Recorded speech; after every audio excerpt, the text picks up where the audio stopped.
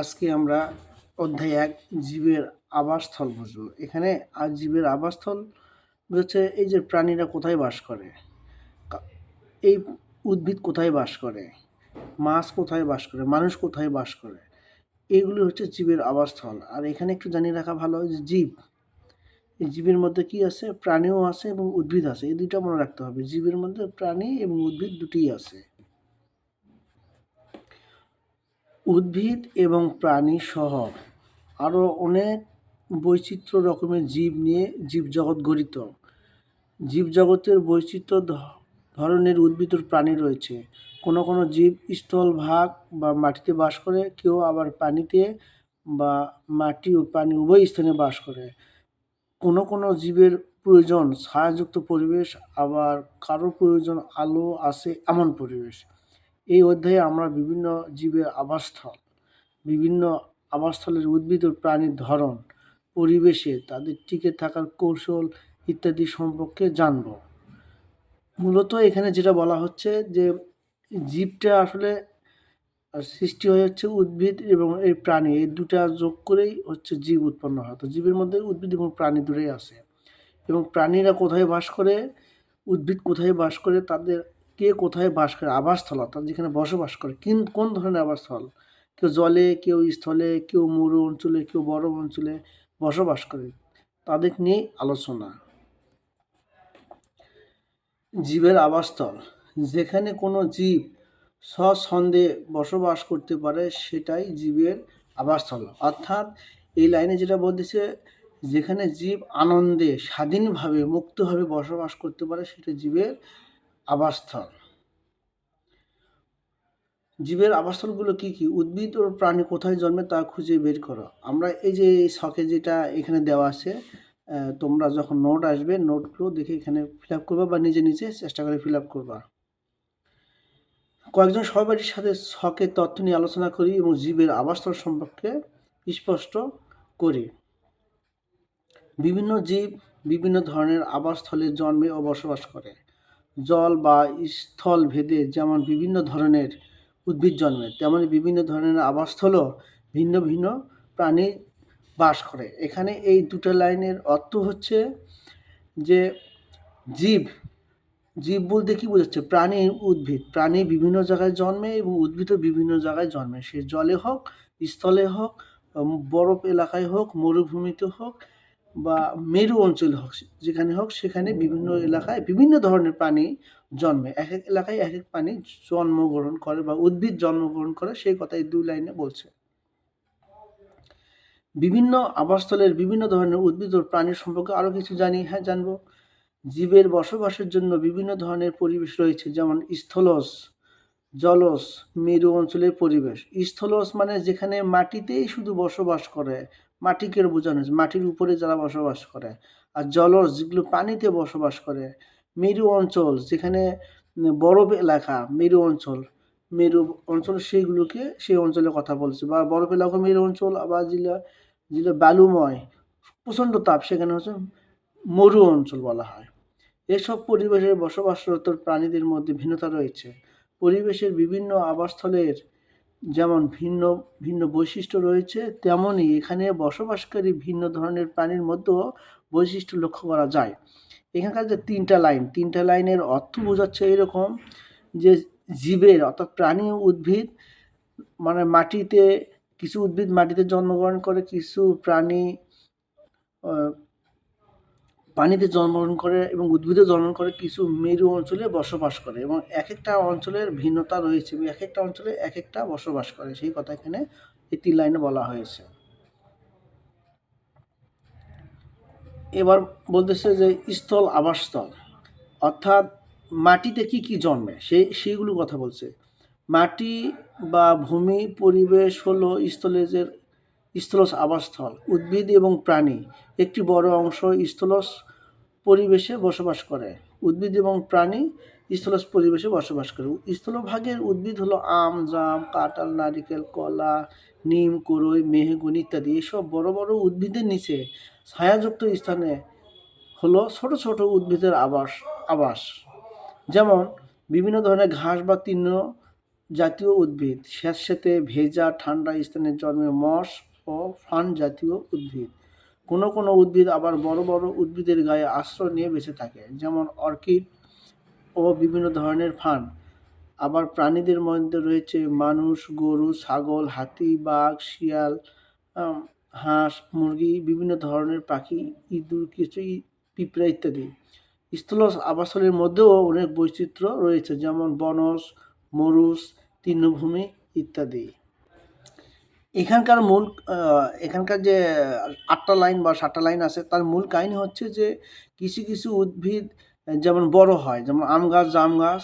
এই বড় উদ্ভিদের নিচে কিছু কিছু ছোট গাছ জন্মায়, ছায়া যেখানে ছায়া থাকে সেখানে জন্মায়, যেমন বিভিন্ন ঘাস, তৃণজাতীয় উদ্ভিদ ইত্যাদি। আবার কিছু কিছু উদ্ভিদ স্যাঁতসেঁতে ভেজা বা ঠান্ডা স্থানে জন্মায়, যেমন মস জাতীয় এবং ফার্ন জাতীয়। আবার কিছু কিছু উদ্ভিদ বড় বড় গাছের আশ্রয় নিয়ে বেঁচে থাকে, যেমন পরগাছা যাকে বলা, যেমন বেঁচে থাকে, যেমন অর্কিড ও বিভিন্ন ধরনের ফার্ন।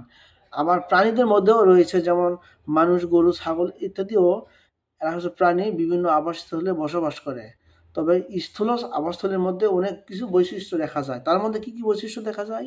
যে স্থলে শুধু বনজও আছে, মরুজও আছে, তৃণভূমিও আছে। বনজ আবাসস্থল, যখন কোনো স্থানে প্রাকৃতিকভাবে বিভিন্ন ধরনের উদ্ভিদ প্রচুর পরিমাণে জন্মে, তখন সেখানে বনের সৃষ্টি হয়। অর্থাৎ এখানে প্রাকৃতিকভাবে যখন কোনো উদ্ভিদ প্রচুর পরিমাণে জন্মে প্রাকৃতিকভাবে, সেখানে কিসে বনের সৃষ্টি হয়। যেমন আমাদের দেশে বন আছে, আমাদের দেশে শালবন এবং সুন্দরবন, প্রাকৃতিক নিয়মে সৃষ্টি হয়েছে। বনের উদ্ভিদসমূহের মধ্যে শাল বা গজারি, মেহগনি, সুন্দরী, গেওয়া, গর্জন অন্যতম। এছাড়াও আছে গুল্ম, তৃণ, মস ও ফার্ন জাতীয় উদ্ভিদ। বনজ পরিবেশে অনেক প্রাণীও বসবাস করে, যেমন আমাদের সুন্দরবনে বাঘ, হরিণ, বানর, কুমির ও বিভিন্ন ধরনের পাখির আবাসস্থল। ব্যাঙ উভয়চর প্রাণী। শিশু অবস্থায় ব্যাঙাচি এরা পানিতে থাকে, বড় হয়ে মাটি ও পানি উভয় স্থানে বসবাস করে। সাপ, ইঁদুর, কাঁকড়া মাটি গর্ত করে বাস করে। আমাদের দেশে হাতির আবাসস্থল হলো চট্টগ্রাম ও পার্বত্য চট্টগ্রামের বনভূমি। আমাদের জাতীয় প্রাণী রয়্যাল বেঙ্গল টাইগারও শুধু সুন্দরবনে বাস করে। এখানকার মূল বক্তব্যটা হচ্ছে যে বনজের ক্ষেত্রে যে মূল বক্তব্য, যে আমাদের দেশে যে বনজ হয় সে প্রাকৃতিক নিয়মে হয়, এবং সেখানে বিভিন্ন ধরনের সুন্দরী, গেওয়া, গর্জন, মেহগনি ইত্যাদি গাছ জন্মে। তাছাড়াও ছোট ছোট তৃণ জাতীয় গাছ এখানে জন্মে, গুণ, তৃণ, মস, ফার্ন ইত্যাদি জাতীয়।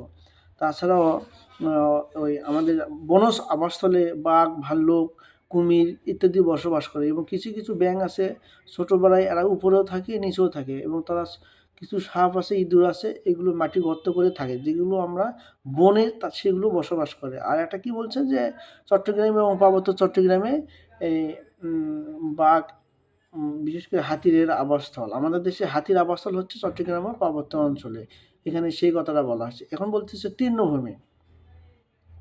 স্থলজ পরিবেশের মধ্যে অনেক স্থানে বিস্তীর্ণ এলাকা জুড়ে ঘাস জাতীয় উদ্ভিদ প্রাধান্য থাকে। এই ধরনের আবাসকে বলে তৃণভূমি। এখানে থাকে শন, নল, খাগড়া, বিরুৎ, গুল্ম জাতীয় উদ্ভিদ। প্রাণীদের মধ্যে থাকে হরিণ, কুকুর, খরগোশ, শিয়াল, বাজ পাখি, পেঁচা, হায়না ইত্যাদি। এখানকার যে তিনটা লাইনের মূল বক্তব্য হচ্ছে তৃণভূমি। কিছু কিছু এলাকায় আছে খালি ঘাস আর ঘাস, বিঘাকে বিঘা, হাজার হাজার জমিতে ঘাস আর ঘাস আছে। এই ঘাসগুলোকে বলা হয় তৃণভূমি। এখানে আবার কিছু কিছু ছোট গাছ জন্মে, যেমন শন, নল, খাগড়া, বিরুৎ, গুল্ম জাতীয় উদ্ভিদ জন্মে, এবং প্রাণীদের মধ্যে থাকে হরিণ, কুকুর এগুলো। এবার মরুচ বলা হচ্ছে, মরুচ। এখানে মরুচ বলতে মরুভূমির কথা বলা হয়েছে। মরুভূমি হলো স্থলজ আবাসস্থলের মধ্যে একটি বিশেষ বৈশিষ্ট্য সম্পন্ন অঞ্চল। উচ্চ তাপমাত্রা, কম বৃষ্টিপাত, দিন ও রাতের তাপমাত্রার ব্যাপক পার্থক্য এবং শুষ্ক আবহাওয়ায় মরুচ আবাসস্থলের প্রধান বৈশিষ্ট্য। খেজুর, ফণিমনসা সহ বিভিন্ন ধরনের ক্যাকটাস ও গুল্ম এই অঞ্চলের উদ্ভিদ। মরুচ আবাসস্থলের প্রাণীদের মধ্যে রয়েছে উট, গিরগিটি, টিকটিকি, সান্ডা ও বিভিন্ন ধরনের পতঙ্গ। এখানে যেটা বলা হয়েছে, এর মূল বক্তব্য হচ্ছে মরুভূমিতে আলাদা স্থলজ থেকে আলাদা বৈশিষ্ট্য আছে। এখানে কি তাপমাত্রা প্রচুর তাপমাত্রা হয় এবং এখানে বৃষ্টিপাত কম হয় যেহেতু ওখানে মরুভূমি। কিন্তু দিন এবং রাতের তাপমাত্রা খুব ব্যাপক পার্থক্য থাকে। রাতের তাপমাত্রা একদম কমে যায় এবং দিনের তাপমাত্রা বেশি থাকে, এই কারণে বলছে। আর বলছে যে মরুজ অঞ্চলে খেজুর গাছ, ফণিমনসা সহ বিভিন্ন ধরনের গুল্ম, ক্যাকটাস এগুলো জাতীয় উদ্ভিদ জন্মে এবং ওখানে কি থাকে, যেমন যে উট থাকে, কিছু সাপ থাকে মরুজ অঞ্চলে, উট, গিরগিটি, টিকটিকি, এগুলো সান্টা নামে একটা সাপ আছে এবং বিভিন্ন ধরনের পতঙ্গ এখানে মরুভূমিতে বাস করে। মেরুর আবাসস্থল। পৃথিবীর কোনো কোনো অঞ্চলে বরফে ঢাকা থাকে, যেমন মেরু অঞ্চল। এ অঞ্চল খুবই কম উদ্ভিদ জন্মে। এদের মধ্যে আছে আর্কটিক ইউলোক, কটন গ্রাস ও লাইকেন জাতীয় উদ্ভিদ। কিছু অন্যান্য বৈশিষ্ট্যের প্রাণীও এই অঞ্চলে বাস করে, যেমন শ্বেত ভল্লুক, সিল, পেঙ্গুইন ইত্যাদি। এখানকার মূল বক্তব্য হচ্ছে যে মেরু অঞ্চল বলতে বরফ এলাকা বলছে। এখানে কি শ্বেত ভাল্লুক থাকে, কিছু উট পাখি, পেঙ্গুইন থাকে এবং এই অঞ্চলে, বরফ অঞ্চলে কিছু উদ্ভিদ জন্মায়। সেই উদ্ভিদগুলো হচ্ছে আর্কিড উইলো, কটন গ্রাস এবং লাইকেন জাতীয় উদ্ভিদ জন্মে। আর প্রাণীদের মধ্যে এগুলো থাকে। মূলত এখানে জিজ্ঞাসা করবে যে মেরুর আবাসস্থল মানে কি এখানে বাস করে। শ্বেত ভল্লুক, সিল, পেঙ্গুইন ইত্যাদি এবং কটন গ্রাস, লাইকেন, আর্কিড উইলো এখানকার উদ্ভিদ। জলজ আবাসস্থল, জলে কি বাস করে, কি প্রাণী, উদ্ভিদ, প্রাণী বাস করে সেইগুলো এখানে বলা হচ্ছে। সারা বছর পানি থাকে এমন আবাসস্থলগুলি জলজ আবাসস্থল। সমুদ্র, নদী, পুকুর, খাল, বিল ইত্যাদি হলো জলজ আবাসস্থল। এইসব আবাসস্থলের পরিবেশও ভিন্নতা রয়েছে। এর মধ্যে একটি হলো স্বাদু পানির জলজ পরিবেশ, যেমন নদী, পুকুর, খাল, বিল ইত্যাদি। এই পরিবেশে জন্মানো বিভিন্ন উদ্ভিদের মধ্যে রয়েছে শাপলা, পদ্ম, কুচিরপানা, খুদিপানা, টোপাপানা ও বিভিন্ন ধরনের শৈবাল। প্রাণীদের মধ্যে রয়েছে রুই, কাতলা, মৃগেল, পাঙ্গাস সহ অনেক ধরনের মাছ, কুমির, কাছিম, কাঁকড়া, শামুক, ঝিনুক, চিংড়ি ইত্যাদি। এখানকার মূল বক্তব্য হচ্ছে জলজের আবাসস্থল। এখানে কি করে, এখানে অনেক প্রাণী বাস করে, যেমন মাছ বাস করে, সাপ থাকে এবং উদ্ভিদের মধ্যে বিভিন্ন ধরনের শাপলার গাছ বা এগুলো এখানে বসবাস করে। এখানে বলতেছে যে এখানে কুচুরিপানা, শাপলা, খুদিপানা বিভিন্ন ধরনের অর্থাৎ সোজা বাংলা কথা, প্রাণীতে কি বাস করে এবং কি থাকে। এখানে প্রাণীদের মধ্যে থাকে মাছ, কুমির, কাছিম, কাঁকড়া ইত্যাদি। আর উদ্ভিদের মধ্যে থাকে কুচুরিপানা, খুদিপানা, শাপলা ইত্যাদি জলজ উদ্ভিদের আবাসস্থল। এখানে জলজ উদ্ভিদে তারা বসবাস করে। এবার সামুদ্রিক আবাসস্থল। জলজ পরিবেশে হলেও সমুদ্র প্রাণী নদী, পুকুর, খাল, বিল থেকে আলাদা। এখানকার মূল বক্তব্য হচ্ছে সামুদ্রিক আবাসস্থল বলতেছে নদী, পুকুর, খাল, বিল থেকে আলাদা সামুদ্রিক। সমুদ্রের পানি লবণাক্ত। এই পানিতে যে সকল উদ্ভিদ ও প্রাণী বাস করে তারা সাধারণত নদী, পুকুর বা খাল, বিল বসবাসকারী উদ্ভিদ ও প্রাণী থেকে আলাদা। সামুদ্রিক পরিবেশে প্রধান উদ্ভিদ হলো বিভিন্ন ধরনের সামুদ্রিক শৈবাল, যেমন ল্যামিনিয়েরিয়া, সারগাসাম। অর্থাৎ এখানকার মূল বক্তব্য হচ্ছে যে সামুদ্রিক যে আবাসস্থল এটা নদী, পুকুর থেকে আলাদা এবং ওখানকার যে প্রাণী উদ্ভিদগুলো থাকে সেই নদী, পুকুরের প্রাণী থেকে আলাদা এবং এখানকার পানিটা হচ্ছে কি লোনা পানি। আর এখানে বিভিন্ন ধরনের উদ্ভিদ জন্মায়, যেমন ধরেন শৈবাল জাতীয় উদ্ভিদ জন্মায়, যেমন ল্যামিনারিয়া এবং সারগাসাম। এছাড়াও সামুদ্রিক ঘাসের মধ্যে রয়েছে জতেস্রা, হ্যালোডিওল ইত্যাদি। সামুদ্রিক প্রাণীগুলোর মধ্যে রয়েছে তিমি, ডলফিন, অক্টোপাস, হাঙ্গর, লাল কাঁকড়া, তারা মাছ, জেলিফিশ সহ অসংখ্য প্রজাতির মাছ। সমুদ্রের লোনা পানির মাছের মধ্যে প্রধান হলো রূপচাঁদা, লইট্রা, লাক্ষা, কোরাল, স্যামন, টুনা, ইলিশ ইত্যাদি। এখানকার মূল বক্তব্য হচ্ছে সমুদ্রে যে প্রাণী আছে সেই প্রাণীর মধ্যে রয়েছে ডলফিন, অক্টোপাস, হাঙ্গর, লাল ইত্যাদি এবং এখানে কিছু প্রধান এই লোনা পানির অর্থাৎ লবণাক্ত প্রাণী কিছু মাছ পাওয়া যায় ভালো, রূপচাঁদা, লইটা, লাক্ষা, কোরাল, টুনা, ইলিশ, স্যামন ইত্যাদি। এখন আমাদের বলা হচ্ছে জলাভূমি, অর্থাৎ যেখানে জল সারা বছর জমে থাকে। হাওর এলাকায় এই বিশেষ করে এটা দেখা যায়। কিছু কিছু নিচু এলাকা বছরে বেশিরভাগ সময় জলমগ্ন থাকে, বাকি সময় শুষ্ক থাকে, এদের বলে জলাভূমি। এসব এলাকায় ঋতু অনুযায়ী উদ্ভিদ ও প্রাণীর উপস্থিতি ভিন্ন ভিন্ন হয়। বাংলাদেশের হাওর বাওর এই ধরনের জলাভূমি। এই ধরনের জলাভূমি স্বাদু পানি হতে পারে, যেমন রাতারগুল, হাকালুকি হাওর এই ধরনের জলাভূমি। আবার নোনা পানির জলাভূমিও হতে পারে, যেমন সুন্দরবন।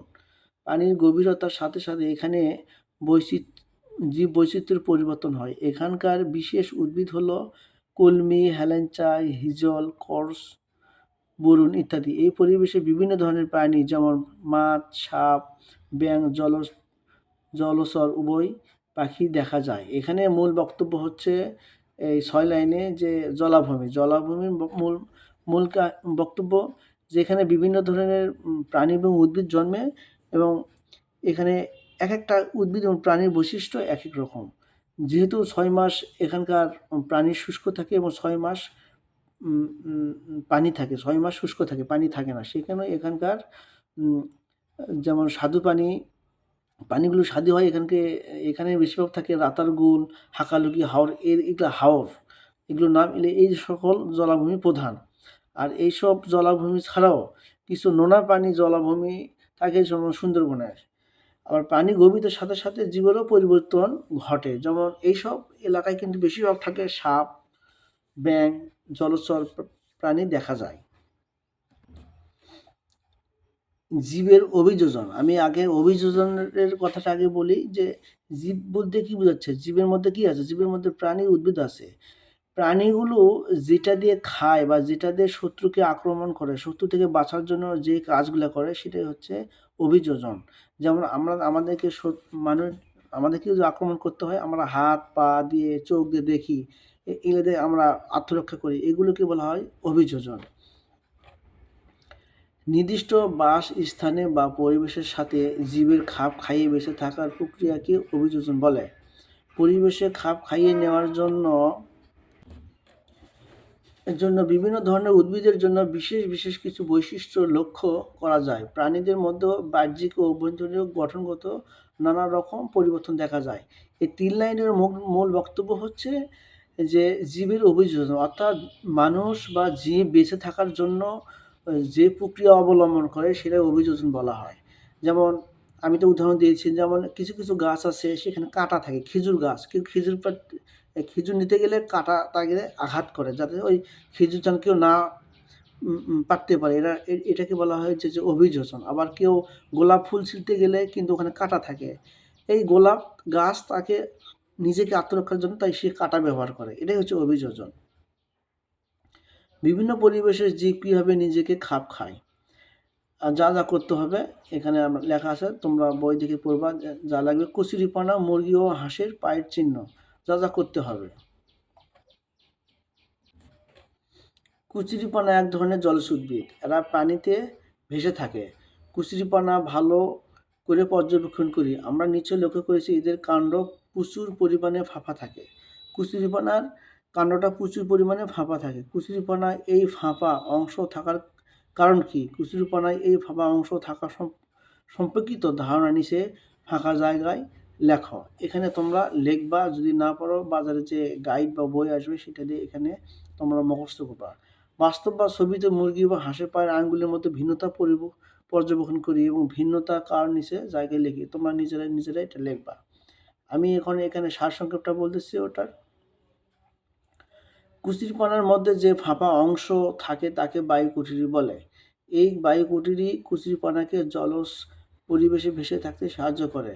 বায়ুকুটিরী জলজ পরিবেশে উদ্ভিদের একটি অভিযোজন।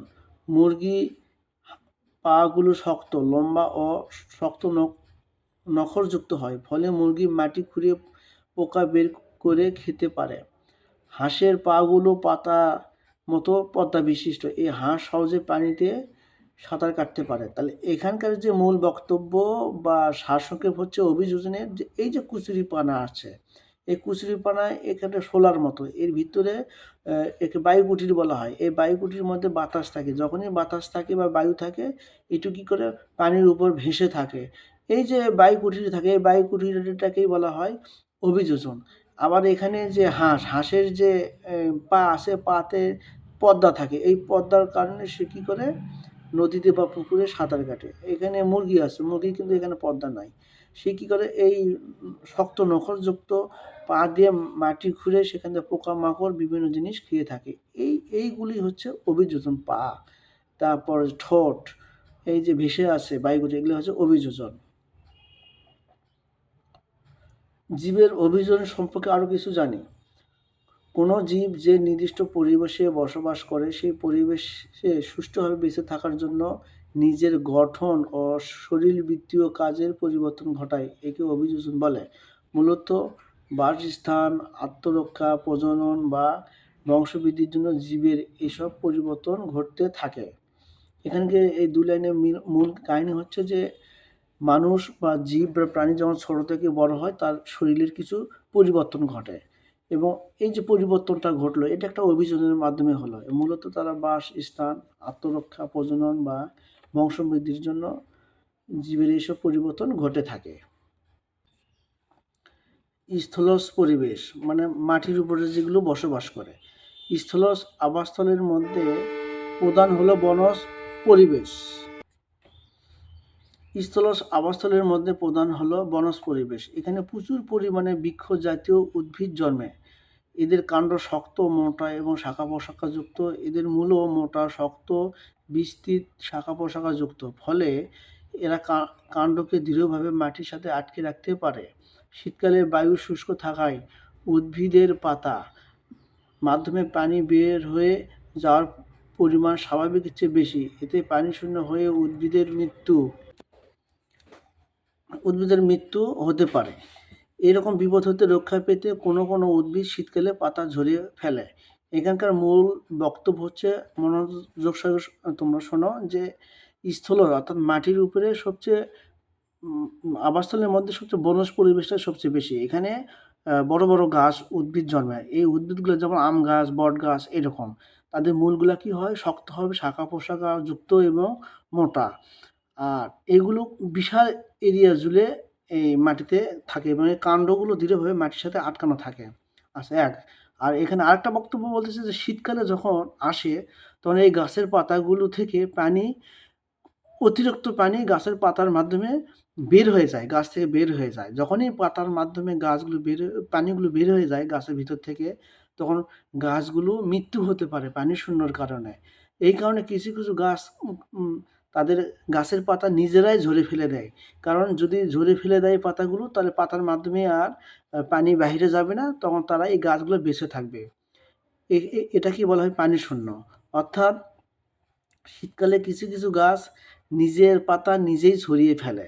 এই ঝরিয়ে ফেলার কারণটাই হচ্ছে, যদি ঝরিয়ে না ফেলে পাতাটা, তাহলে পাতার মাধ্যমে গাছের ভিতরে যত পানি আছে সম্পূর্ণ বের করে দিবে বাতাসে। দেওয়ার পরে গাছে পানি থাকবে না, পানি যখন থাকবে না গাছটা তখন মরে যাবে। এই মারা যেন না যায়, সেই কারণে কিছু কিছু গাছ শীতকালে নিজের পাতা নিজেই ঝরিয়ে ফেলে।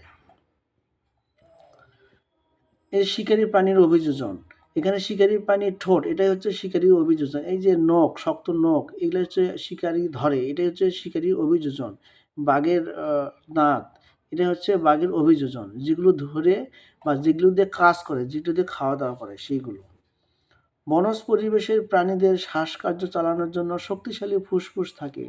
দ্রুত দীর্ঘ পথ চলাচলের জন্য এদের পা অনেক শক্তিশালী হয়। শিকার ধরা ও মাংস ছিঁড়ে খাওয়ার জন্য এদের তীক্ষ্ণ ধারালো নখ ও দাঁত থাকে। বনজ পরিবেশের অন্যতম প্রাণী হলো পাখি। পাখিরা মূলত আকাশচারী। এদের ডানা আছে, হাড়ের মজ্জা কম থাকায় দেহ হালকা হয়। আবার দেহে বায়ু ভর্তি থলি থাকে, যা উঠতে সহায়তা করে।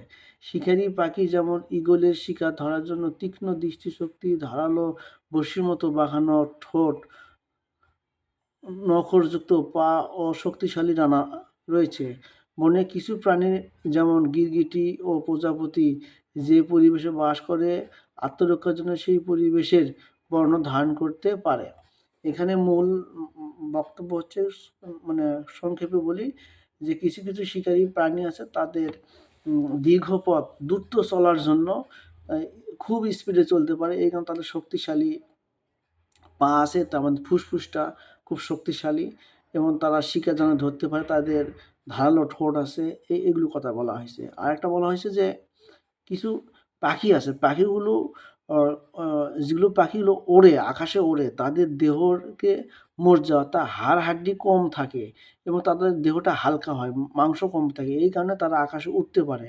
আর যেগুলো উঠতে পারে না, যেগুলো প্রাণী, তাদের হাড় হাড্ডি এগুলো বেশি মোটা এবং মাংস বেশি থাকে, এগুলো আকাশে উঠতে পারে না। যেমন বাঘ আকাশে উঠতে পারে না, তার শরীরে মাংস হাড় বেশি। আর পাখিরা উঠতে পারে, তার হাড় ছোট, হাড় কম থাকে এবং শরীরে মাংস কম থাকে, এই কারণে পাখার মাধ্যমে আকাশে উঠতে পারে। এবং পাখির মধ্যে কি থাকে, একটা বায়ুথলি থাকে, এই বায়ুথলির মাধ্যমে সে আকাশে উঠতে পারে, এই কথাই বলছে।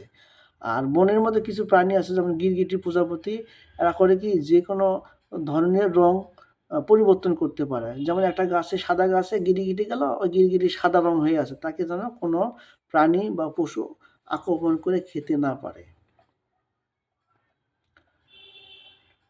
মরুজ পরিবেশে কম বৃষ্টিপাত ও উষ্ণ ও শুষ্ক আবহাওয়ার কারণে উদ্ভিদগুলো ছোট ছোট ও ঝোপঝাড়ের মতো হয়।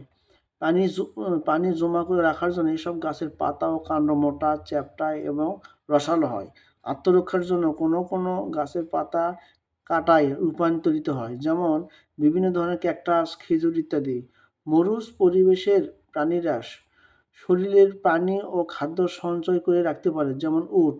সূর্যতাপ থেকে বাঁচার জন্য ছোট ছোট প্রাণীরা মাটির নিচে গর্ত করে বসবাস করে। এখানকার যে মূল বক্তব্যটা হচ্ছে, শিক্ষার্থীরা তোমরা একটু ভালো করে শোনো, যে মরুজ পরিবেশ অর্থাৎ মরুভূমি, যেখানে বালু আর বালু, যেমন সৌদি আরব, বিভিন্ন দেশে মরুভূমি আছে, সাহারা মরুভূমি আছে, এরকম সেখানকার তাপমাত্রা খুব বেশি এবং সেখানে খুব গরম এবং আবহাওয়া খুব শুষ্ক থাকে এবং সেখানে কোনো কম বৃষ্টিপাত হয়। এই কারণে ওই এলাকায় ছোট ছোট গাছ জন্মে এবং সেগুলো হয় ঝোপঝাড়ের মতো এবং এবং তাদের ওই গাছগুলোর পাতা এবং কাণ্ডটা মোটা হয়, কী কারণে, যাতে পানি ধরে থাকতে পারে দীর্ঘদিন ধরে এবং চ্যাপ্টা হয়। আর তারা কী করে, আত্মরক্ষার জন্য প্রত্যেকটা গাছের মধ্যে কাঁটা থাকে, যাতে যেন কেউ ওই গাছগুলো যদি ছিঁড়তে যায় বা খেতে যায় বা নিতে যায়, তাহলে তাদের কাঁটা লাগে। যেমন বিভিন্ন ধরনের ক্যাকটাস, খেজুর ইত্যাদি হচ্ছে মরু পরিবেশে উদ্ভিদ। আর মরুজ প্রাণীরা, সাধারণ প্রাণীর মধ্যে শুধু উট থাকে, উটের পিঠে একটা কি থাকে, উঁচু একটা থাকে, সেইটা একটা চর্বি থাকে। উটের যে উট পিঠে যে থাকে উঁচু করে, ওখানে চর্বি থাকে, চর্বিতে উট কী করে পানি শুষে নিয়ে থাকে, পানি চর্বিতে জমা রাখে, যখন প্রাণীর দরকার ওখান থেকে সমস্ত শরীরের পানি সাপ্লাইকে সরবরাহ করে উটের কুজ থেকে। আর ওখানে বলতেছে যে মরুজ পরিবেশে কিছু কিছু ছোট ছোট প্রাণী আছে, যেগুলো মাটির নিচে গর্ত করে বসবাস করে থাকে। এখানে আমরা দেখতেছি মেরু অঞ্চলের প্রাণী। মেরু স্থলজ পরিবেশের মেরু অঞ্চলে বরফে ঢাকা থাকে। এরূপ পরিবেশে খুবই কম উদ্ভিদ জন্মে, এরা তীব্র ঠান্ডা সহ্য করতে পারে। এখানে কিছু অন্যান্য বৈশিষ্ট্য প্রাণী বাস করে। তীব্র ঠান্ডায় উষ্ণ থাকার জন্য এসব প্রাণীদের শরীরের চামড়ার নিচে পুরু চর্বির স্তর থাকে। এদের অধিকাংশ বরফের মতো সাদা লোমযুক্ত হওয়ায় সহজে লুকিয়ে থেকে আত্মরক্ষা ও শিকার করতে পারে। এদের লম্বা, বাঁকানো ও শক্তিশালী পা বরফে চলার জন্য অভিযোজিত হয়। এখানকার মূল বক্তব্য হচ্ছে যে কিছু কিছু প্রাণী আছে বরফ এলাকায় জন্মে, মেরু অঞ্চলে, ওটা বরফ এলাকায়, আটলান্টিক মহাসাগরে। সেখানকার যে প্রাণীগুলো থাকে, তাদের নিজেকে আত্মরক্ষার জন্য তাদের শরীর সাদা লোম থাকে। কোনো কিছু যদি আক্রমণ করতে আসে, বরফও সাদা, তাদের শরীরও সাদা, লুকিয়ে থাকতে সুবিধা হয়, এই যে আত্মরক্ষা করতেছে, এটাই অভিযোজন। আর আর কিছু ভাল্লুকের পেটের নিচে চর্বির বড় স্তর থাকে, যাতে যেন ঠান্ডা না লাগে চামড়াতে। এটাই এখানকার মূল বক্তব্য হচ্ছে এটাই। জলজ পরিবেশ। জলজ পরিবেশে পানি ঢেউয়ের সাথে খাপ খাওয়ানোর জন্য উদ্ভিদের দেহ নরম হয় ও মূল সংক্ষিপ্ত হয়। ভেসে থাকার জন্য প্রচুর বায়ু কুটির থাকে। অধিকাংশ ক্ষেত্রে অঙ্গজ বংশবৃদ্ধি করে। এখানকার যে দুটো লাইনের বক্তব্য হচ্ছে যে উদ্ভিদের এই যেমন ওই যে কচুরিপানা উদ্ভিদের পরিবেশের সাথে খাপ খাওয়ানোর জন্য, পানিতে ভেসে থাকার জন্য তাদের দেহটা নরম হয় যাতে যেন ভেসে থাকে। যদি শক্ত হয় তাহলে তো পানির নিচে ডুবে যাবে। আর মূলগুলো হয় মূলগুলো হয় সংক্ষিপ্ত এবং এই উদ্ভিদে বায়ু কুটির থাকে। এরা অধিকাংশ ক্ষেত্রে অঙ্গজ বংশবৃদ্ধি করে, মানে একটা উদ্ভিদ থেকে আরেকটা উদ্ভিদ হয়, একটা উদ্ভিদ থেকে আরেকটা উদ্ভিদ হয়, যেগুলো পানিতে ভেসে থাকে, যেমন কচুরিপানা। পানির ঢেউয়ের সাথে খাপ খাওয়ানোর জন্য মাছের দেহ মধ্যভাগ চ্যাপ্টা এবং মাথা ও লেজের দিকে শুরু হয়। পানিতে ভেসে থাকা ও চলাচলের জন্য এদের দেহে বায়ুথলি ও পটকা থাকে। পাখনা ও লেজ এদের সাঁতার কাটতে সাহায্য করে। এরা ফুলকা দিয়ে পানিতে থাকা অক্সিজেন গ্রহণ করে শ্বাসকার্য চালায়। এখানকার মূল বক্তব্য হচ্ছে যে মাছের দেহটা মধ্যভাগ যেটা থাকে, মধ্যভাগটা সবসময় চ্যাপ্টা থাকে এবং মাথাটা, অর্থাৎ মাছের দেহের মধ্যভাগ চ্যাপ্টা থাকে, মাথা সরু থাকে, লেজের দিকে শুরু হয়। কী কারণে? তাহলে পানিতে এই মাছগুলো ভেসে থাকতে পারে এবং মাছের মধ্যে একটু বায়ুথলি থাকে বা পটকা থাকে। এই পটকার মাধ্যমে কী করে, পাখনা বা লেজের মাধ্যমে সে ভেসে থাকতে পারে। আর মাছের মধ্যে আরেকটা জিনিস থাকে ফুলকা। এই ফুলকার মাধ্যমে কী করে, মাছ অক্সিজেন গ্রহণ করে সে বেঁচে থাকে। এখানে একটা মেয়ে তার বান্ধবীকে জিজ্ঞাসা করছে মাছ পানিতে কীভাবে অক্সিজেন নেয়। ছেলেটা বলেছে যে মাছ ফুলকার সাহায্যে পানিতে থাকা অক্সিজেন নেয়, অর্থাৎ এখানকার ফুলকার মাধ্যমে মাছ পানি থেকে অক্সিজেন নেয় আর পটকার মাধ্যমে সে ভেসে থাকে। এখানকার মূল বক্তব্য। জলজ পরিবেশের সবচেয়ে বিস্তীর্ণ অঞ্চল হলো সামুদ্রিক পরিবেশ। এই পরিবেশের প্রাণী লবণাক্ত ও প্রাণীর প্রবল চাপ মোকাবেলার জন্য জীবের অভিযোজন ঘটে। বিভিন্ন ধরনের ভাসমান শৈবাল এই পরিবেশের প্রধান উদ্ভিদ। সামুদ্রিক মাছের মাথা ও লেজের দিকে সরু এবং মধ্যভাগ চওড়া হয়। পাখনা ও লেজ সাঁতার কাটতে সাহায্য করে। সামুদ্রিক মেরুদণ্ডী প্রাণী ফুসফুস দীর্ঘ সময় ধরে বাতাস জমা রাখে। শিকার ও আত্মরক্ষার জন্য এরা আলো, রং ও বিষাক্ত তরল ব্যবহার করতে পারে। এখানকার যে মূল বক্তব্য এই 5 লাইনের বলতেছে যে সামুদ্রিক যে পরিবেশটা, সেই পরিবেশের প্রাণীগুলো লবণাক্ত হয়, তো লবণের পানি হয় এবং সেখানে টিকে থাকা খুব মানে মুশকিল এবং প্রাণীর প্রবল চাপ থাকে পানির নিচে, সমুদ্রের পানির নিচে এবং বিভিন্ন ধরনের এখানে শৈবাল বা উদ্ভিদ জন্মে। আর এখানে যেগুলা মাছ থাকে, সামুদ্রিক মাছ, তাদের মাথা ও লেজের দিকে শুরু হয়, মধ্যভাগটা চড়া হয়, এই কথা বলছে এবং তারা পাখনা ও লেজের সাহায্যে কি সাঁতার কাটতে পারে। এখানে এমন কিছু বলে নাই। এখানে আরও কিছু বলছে যে সামুদ্রিক কিছু মাছ আছে যেগুলো শিকার ও আত্মরক্ষার জন্য এরা আলো, রং, বিভিন্ন বিষাক্ত তরল পদার্থ ব্যবহার করে। জলাভূমি পরিবেশের উদ্ভিদ ও প্রাণীর মধ্যে স্থলজ ও জলজ উভয় ধরনের বৈশিষ্ট্য দেখা যায়। উদ্ভিদের পাতা পাতলা ও প্রশস্ত এবং মূল জলজ উদ্ভিদের চেয়ে শক্তিশালী। জলমগ্ন অবস্থায় শ্বাসকার্য চালানোর জন্য শ্বাসমূল বের হয়। জলাভূমি যখন পানিতে পূর্ণ থাকে তখন সেখানে জলজ উদ্ভিদ ও প্রাণীর আধিক্য দেখা যায়। পানি কমে গেলে কিছু কিছু প্রাণী অল্প পানিতে বা কাদার মধ্যে লুকিয়ে থেকে আত্মরক্ষা করে। এখানকার মূল বক্তব্য হচ্ছে যে কিছু কিছু উদ্ভিদ আছে, তাদের যে পাতা পাতলা ও প্রশস্ত, কিন্তু সেগুলো মূল অর্থাৎ শিকড়গুলো জলজ উদ্ভিদের চেয়ে খুব শক্তিশালী হয়, অর্থাৎ উদ্ভিদগুলোর মূলটা শক্তিশালী হয় জলজ উদ্ভিদের যে জলে যে উদ্ভিদগুলো জন্মে তার চেয়ে। আরেকটা বলা হয়েছে কিছু কিছু উদ্ভিদের কার্য চালায়, শ্বাসমূল আছে, সেই শ্বাসমূল মাটির নিচে না গিয়ে শ্বাসমূলগুলো বের হয়ে থাকে, উপরের দিকে বের হয়ে থাকে, কারণ সেখানে পানিগুলো নোনা পানি, সে কথা এখানে বলা হয়েছে।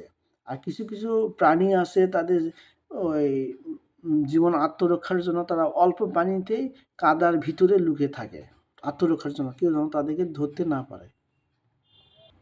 একজন বন্ধু আরেকজন বন্ধুকে জিজ্ঞাসা করতেছে একজন বন্ধু আরেকজন বন্ধুকে জিজ্ঞাসা করতেছে, সুন্দরী গাছের মূলগুলো মাটির উপরে উঠে আসে কেন? আমি কিন্তু আগেই বলেছি যে পানিগুলো লবণাক্ত থাকে সেই কারণে। আচ্ছা, সুন্দরবনের মাটি লবণাক্ত ও ভেজা। এর ফলে এই বনের সুন্দরী গাছের মূলগুলো শ্বাসকার্য চালাতে প্রয়োজনীয় অক্সিজেন গ্রহণ করতে পারে না। এই জন্য কিছু শাখামূল মাটির উপরে উঠে আসে। এদের শ্বাসমূল বলে। শ্বাসমূলে অনেক ছিদ্র থাকে, যার মাধ্যমে সুন্দরী গাছ বায়ু থেকে শ্বাসকার্য চালানোর জন্য অক্সিজেন শোষণ করতে পারে। এখানকার মূল বক্তব্য বলছে যে একটা গাছের কথাই বলছে, কিন্তু সুন্দরী গাছ বলছে যে সুন্দরী গাছের কিছু কিছু মূল মাটির নিচে যায় না, এই কারণে যায় না, ওখানে মাটির নিচে ভেজা এবং ওইগুলো হচ্ছে লবণাক্ত, লবণে লোনা পানি।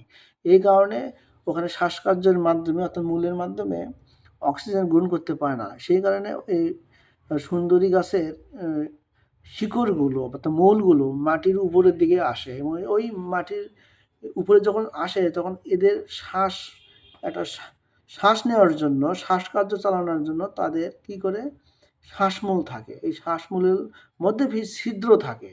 এই ছিদ্রতে তার বায়ু থেকে অক্সিজেন গ্রহণ করে শোষণ করে নেয় এবং নিয়ে সে গাছ বেঁচে থাকে।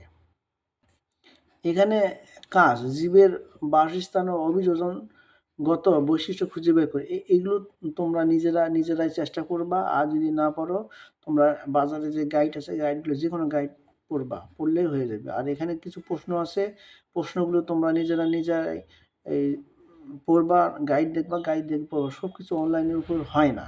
তোমরা অনলাইনে জাস্ট আমরা বুঝে যেগুলো সমস্যা। ধন্যবাদ। আসসালামু আলাইকুম।